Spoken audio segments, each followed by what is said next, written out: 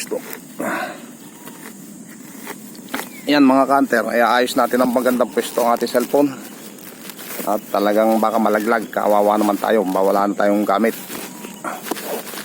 Yan, hindi madamo. Kukunin ko kasi yung mga idol, yung panahod na tulo ng ating karitan para may sahod.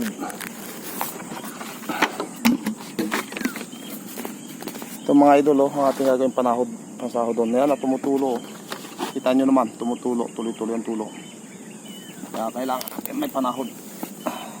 Pwesto lang natin yung ating cellphone na maganda-ganda ha. Medyo nakakon naguguluhan, baka malaglag.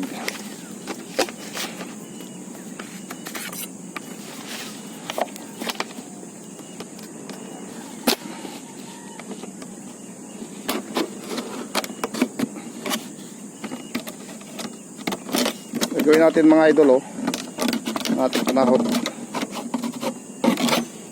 para hindi madumihan siya ng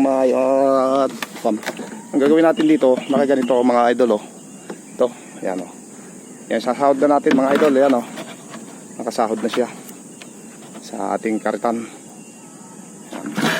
Tingalisin muna yung tubig, may tubig pa yata, bawasan natin. Sana pagpalain tayo idol ng kung may kapal na mapaganda natin, mapalakas natin ang malakas ang karita natin ito. Sana po loobin ng kalikasan, loobin mo naman na pagbigyan naman ng iyong abal lingkod sa pinaghirapan na makatikim man laang. Ayan. At ayan mga ka-hunter, sinahuran natin. Ayan ayan, may sahod na, natulo siya.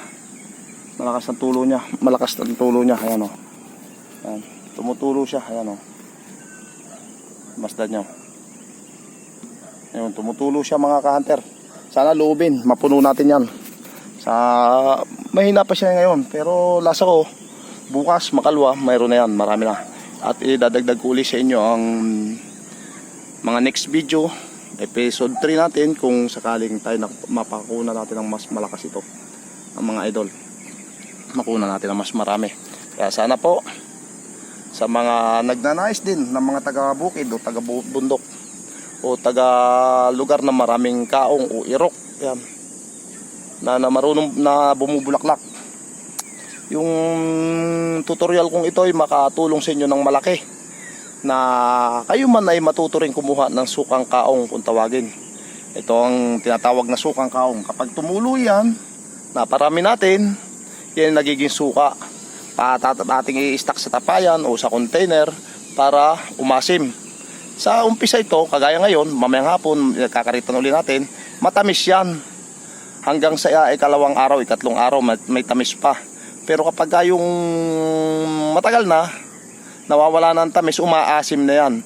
At pag tumagal yan, mga isang buwan, maasim na yan mga ka-hunter, mga idol, mga ka-farmers. At yan ay makukunan natin ng mga panuka na sa isda, sa mga ulam, sa mga lutong ulam na kailangan ng suka at sausawan. Mas the best yan, sausawan, may sili, may ricado na sausawan ng mga inihaw. Napakasarap niyan. Purong sukang kaong.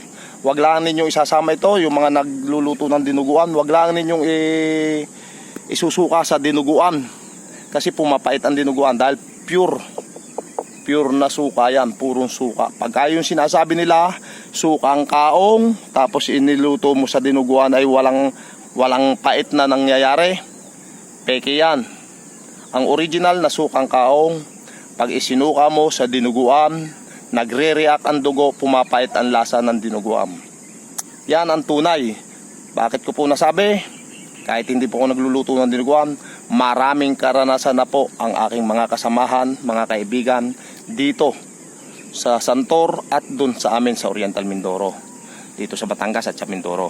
Kaya mga ka-hunter, mga idol, at lalo na dyan sa mga silent subscribers natin dyan sa Oriental Mindoro, Bayan ng Nauhan, ito po ang inyong abal lingkod, Labuyon Talisayan the Hunter, patuloy na magbibigay sa inyo ng mga kaalaman at ng maintindihan at matulungan ang mga kaibigan, mga ka-hunter, mga idol natin na nagnanais din makakuha sila at matuto sa mga ganitong gawain.